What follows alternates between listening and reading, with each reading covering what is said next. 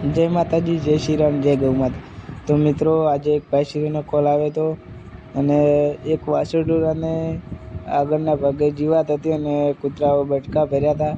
તો ફોન આવતા જ આપણું ગ્રુપ જે દ્વારકાધીશ ગૌ સેવા ગ્રુપ નેસડાના ગૌસેવકશ્રીઓ ત્યાં પહોંચ્યા અને પીલડી ટ્રસ્ટમાંથી આપણે એમ્બ્યુલન્સ જે રોજ આવે છે તેને કોલ કરી કોન્ટેક કરી અને બોલાવી લીધું હતું અને આપણે હવે ત્યાં આવ્યું એટલે ગૌસેવક ત્યાં હતા જ અને એક ભાઈશ્રી પણ આજે સવારથી જ આ વાછરડાની સેવા કરતા હતા અને કૂતરાથી બચાવીને ઓર રાખી રહ્યા હતા। તો તેમનો પણ ખૂબ ખૂબ આભાર।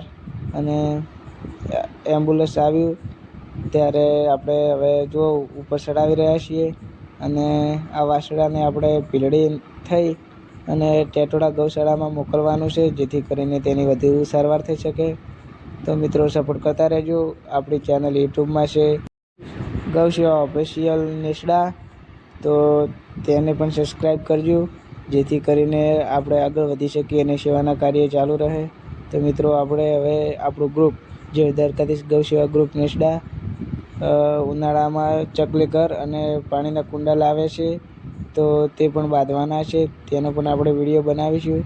તો જરૂરથી જોજો અને સેવાનું કાર્ય કરતા રહેજો, તો આવા અબોલ જીવ બચી શકે।